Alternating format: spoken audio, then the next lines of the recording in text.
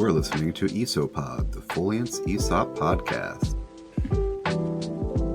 All right, hello, welcome to ESOPOD. My name is Sean Hoy, and today I'm joined by Jason Wellman. He's the Director of Client Advocacy at ESOP Partners. How's it going? It's going great. Sean, how are you today? Pretty good. Why don't you take a minute and just kind of explain who you are and what ESOP Partners does and maybe how you got to this point? Yeah, absolutely. So my name's Jason Wellman, Director of Client Advocacy. As you said, Sean, ESOP Partners is an industry-leading third-party administration firm and consulting firm in the ESOP space. So we build and maintain exceptional ESOP plans throughout the entire country. My specific focus is around the client experience and education and ensuring that that journey is rewarding and successful for them and for their plan participants. Been honored to do this for approximately 10 years. Also very active in the ESOP Association. I'm the immediate past president here in the great state of Wisconsin, hence the cheese head right above my head over here. Yeah, I assumed I wasn't going to bring it up, but... Oh, it's okay. We can talk about it, Sean. This is a safe place. We can be transparent. So been working with the ESOP Association and specifically here in the Wisconsin chapter for pretty much the bulk of that 10 years as well. Really appreciate the opportunities that I get every single day. I'm so grateful that I get to really help spread the word about the power of employee ownership and what it's doing for companies and their plan participants or employee owners across the entire country. And ESOP Partners is also employee owned, is that correct? We are an ESOP. We just did our share reveal about 3 weeks ago. Today, I just got my statement. I just got my statement today, Awesome. So super excited about that. And we're employee owned. I'm fully vested. I got our cool swag item for being fully vested a couple of years ago. And we're drinking the Kool-Aid here as well with being employee owned. Yeah, I was going to say, it seems pretty unique that like a third party too that helps ESOPs is also an ESOP. I haven't really seen that from a lot of conferences and vendors. Yeah, we're the only one in the TPA space that can claim to have that in a big way to really help with us living out that experience. At least to the best of my knowledge, we're the only one that I'm aware of. Awesome. So where did you come from and how did you gain a passion for the work that you're doing right now? Yeah. Honestly, it came from seeing a gap. Early on, I realized that employee ownership was something that I really wanted to be part of. When you can help others, that's truly why I believe I'm put on earth, is to help others be successful and be a better version of themselves. And ESOPs do that. Employee ownership, creating shared alignment and ownership over what you do every day, and then getting the value of that back to you in statements like what I got today. That's a big deal. And that makes a big impact, not only for plan participants, the employee owner, but also for our communities, for our companies. The legacy that this creates in these companies is unbelievable. And I wanted to be part of that. And I wanted to be able to simplify that. And I wanted to be not only a storyteller, but an educator in that process, because I kept finding a gap between comprehension and awareness and the actual results that we're striving for in terms of behavior change. And so that's something I'm very passionate about and something that I talk a lot about with our clients and even at conferences and things of that nature. I feel like that topic is brought up at every conference without fail. Like, how do you can tell someone about what an ESOP is and what it does, but how do you actually get them to understand what it means and how it benefits them? Sean, that's the biggest gap. That really is. That's the biggest gap that we see in the market, is that understanding between I own this as opposed to it's just a piece of paper. And you have two different trajectories on that. If you're just to check the box like, oh, it's an ESOP, okay, as opposed to, hey, what I do matters. How I do it matters. And I need to embrace this, and I need to be the best version of myself every day, because that's driving transformative value, not just for me, but for everyone else around me. And it's also propelling our organization forward. One thing that's constant is change and challenges. Every business in America, I don't care what industry you're in or what you're doing, you will face challenges and you will face adversity. And if you have a collaborative, aligned workforce, you will be able to overcome any of those obstacles. And being employee owned and having employee owners buy into that really ultimately sets those companies apart from those that are not. And I've seen that transform people's balance sheets for the company, but also for the plan participant. The employee owner gets that wealth in exchange for that experience. And that's a pretty powerful statement as well. Yeah, so you talked a little bit about the difference between like a traditional company and a company that has ESOP people are acting like owners. Mhm. Maybe talk a little bit about any other differences that you notice in your interactions with companies, and especially what does leadership look like in a company that's doing really great and all the uh, employee owners are living that lifestyle, that ownership culture. Yeah. So, what does great leadership look like in an employee owned company? Great leadership in an ESOP company is different, Sean, because you're not just managing employees, you're leading fellow owners. That right there is a fundamental difference. But what does that mean? That means those companies are more transparent, they're more accountable, and there's more communication. Straight up. They communicate better, they're more transparent, and there's accountability, self accountability, and team accountability. And great leaders explain the why. They explain why you do certain things, not just what you do, but why you do it. They also connect daily work to long term impact. That is crucial in any employee owned company, but the ones that are really good at it, they are able to connect the dots consistently and get that buy in. And they also do a lot of coaching. Coaching is really important. We can't command things, but we need to coach people and we need to look at it as a journey. Every journey is going to have bumps in the road. It's how you coach through those bumps that can ultimately set that person up for success and in turn the organization. But more importantly, leaders have to model ownership because employees aren't going to do what they're not seeing. I mean, if they don't see it from their leader, they're not going to do it. So what the leader does says a lot more than what they actually say. And in employee owned companies, leadership isn't about control. It's really about creating an environment where people get to step up and take true ownership over what they do. That's in my essence, that's what I see from companies that are really living out the employee ownership message and they have great leadership. Does that make sense, Sean? Yeah, yeah. I'm curious related to that. So you mentioned actions like behaviors that we're hoping to see in Yeah. people who are employee owners and they want to live that lifestyle. What are some of those behaviors that you're hoping change, and how would you give someone advice like if they aren't seeing those changes? Yeah. So the change that you can see, and frankly, you can feel it, is higher engagement. You're going to see better decision making because they're going to participate because of that higher engagement, because they understand what I do matters, how I do it matters. And those dots are going to connect, and that's going to create self accountability and then team accountability throughout the organization. And that bond is going to strengthen the overall collaboration and teamwork if the person is confident in their abilities. But even when they're not, if they're okay to be vulnerable and they can be vulnerable to each other, it actually strengthens those interpersonal relationships in the organization and helps them actually persevere even more throughout the journey. Because people would connect daily actions to outcomes. And if we can showcase that, we could really be working towards a common goal. But we have to be able to get through the minutia of the difficult conversations and the hard moments and embrace those as the opportunities to strengthen each other. And I think sometimes when we have mixed personalities and we have maybe people that are suffering from a lack of confidence, they aren't willing to be vulnerable or make that shift and be transparent because they think someone may look down upon them. Guess what? You've been hired here for a reason. We believe you got the goods, okay? We believe you can do the job. But also be honest and be transparent if you don't understand something, so then we can go ahead and close that gap and move forward instead of pretending it's not there. Does that make sense? Yeah, I'm curious.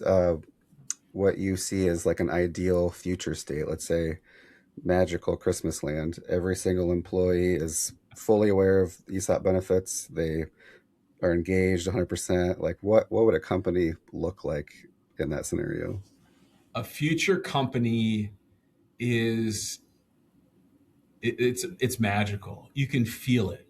You can feel, really, I think the best word for this is love and appreciation towards not only each other and the unique viewpoints, but the agreed to process and procedure on how you're going to execute and how you're going to win. And win can be different depending on what industry you're in.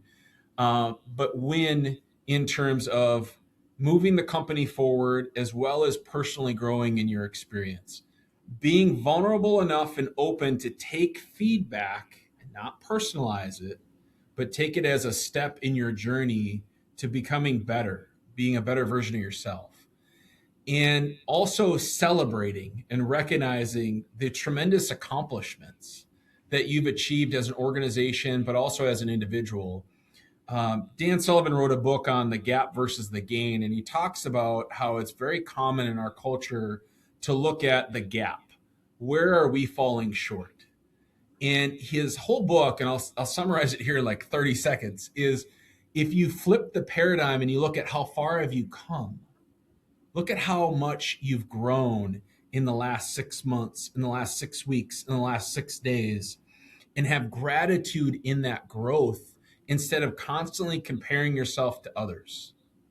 You are unique and blessed with a certain set of skills and experiences that nobody else on this earth has. Be proud about that. Be happy about that. Embrace that. Even if it looks a little weird or whatever, embrace that and have appreciation for who you are and continue to strive to grow on that. And that contribution that you bring every day can transform whatever business you work for, but also more importantly, the lives that you get the opportunity to come alongside and work with. And that I think is the most important piece. It's about developing those relationships and strengthening those relationships so we all can win, not just one or two people. Yeah, you talked a little bit about creating a legacy earlier, and I'm curious, why do you think employee ownership benefits not just the employee owners and the company, but the Yeah. community and their families? Like, how do you think that Well, works? this is where ESOPs go well beyond just the business, Sean. I mean, they're creating financial stability for the employees. They're creating retirement wealth. They're creating opportunities for the family. But it's also keeping those jobs local. And it strengthens those local economies. It brings the decision makers locally, and it concentrates the wealth locally across that employee base. And I've seen the impact that this has had. When you get the when you get those retirees that come back with the new pickup truck that they got from their big statement, and they just are glowing because they don't have any financial stress.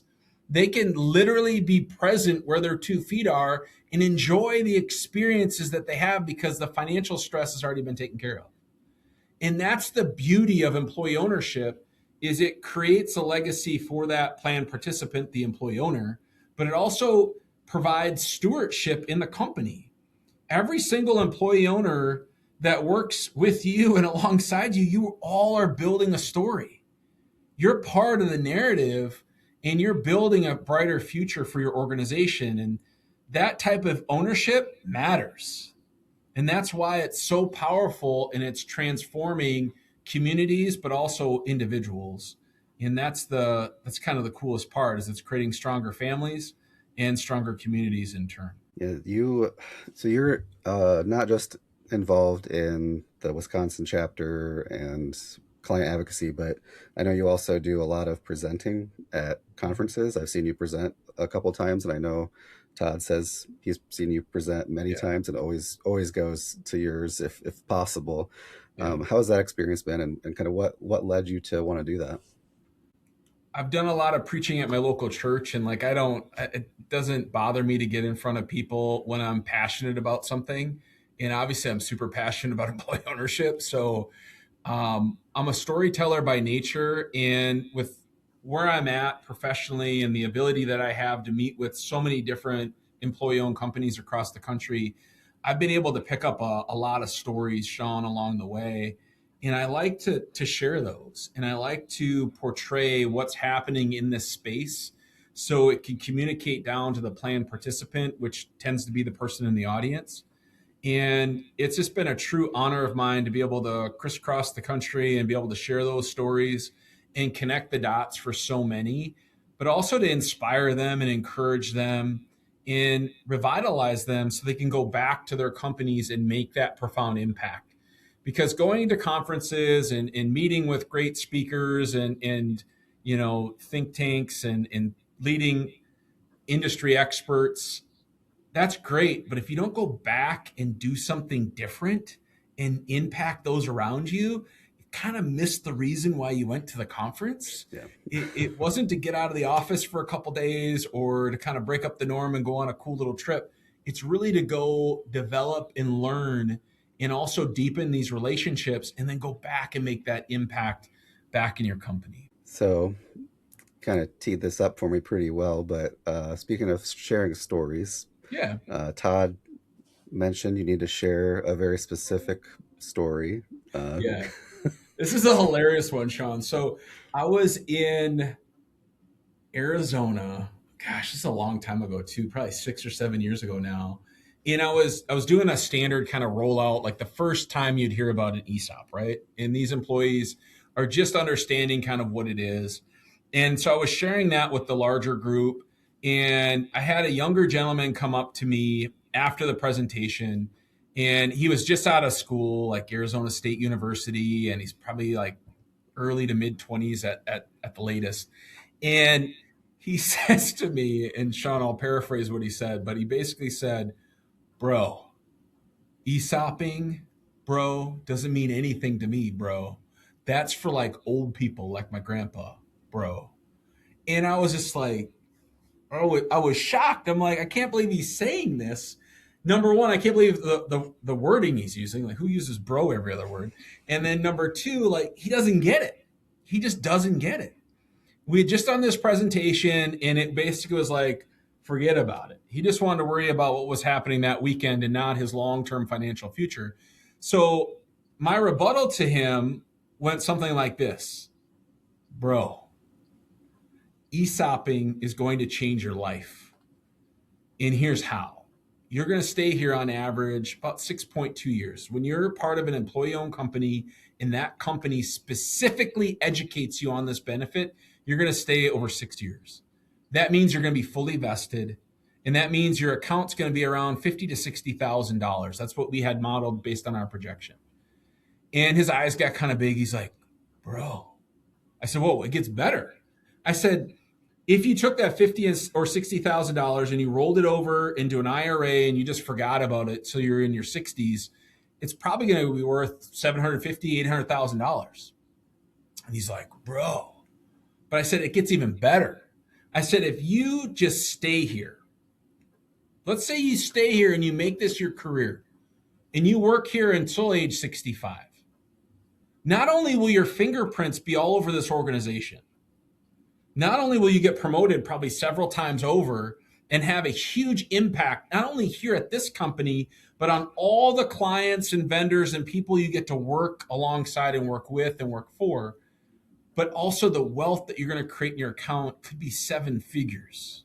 And it made him pause and think about the intentionality of his decisions he's making as a 20-something-year-old and the ripple effect that that'll have on his future. And Sean, to personalize this story even more, my own son, my oldest, 17-year-old, is going to graduate from high school on the 27th of May, has been in a youth apprenticeship program for a year. And when we were looking at what he wanted to do after high school, he didn't want to go to college, which that's fine. That's okay. He wanted to go into the trades. I said, great. What do you want to do? He's like, well, you always talk about ESOPs being important, so maybe we should start there, Dad. And I said, all right. I know a couple of local ESOP companies that we take care of. Do you want to be a plumber? Do you want to be an electrician? What do you want to do? So I'd love to be an electrician, Dad. And that's what he does, Sean. He's a youth apprentice to be an electrician at an employee owned company. And he's 17 years old. And when he turns 18, he gets into their ESOP and he's going to be there for 6 years.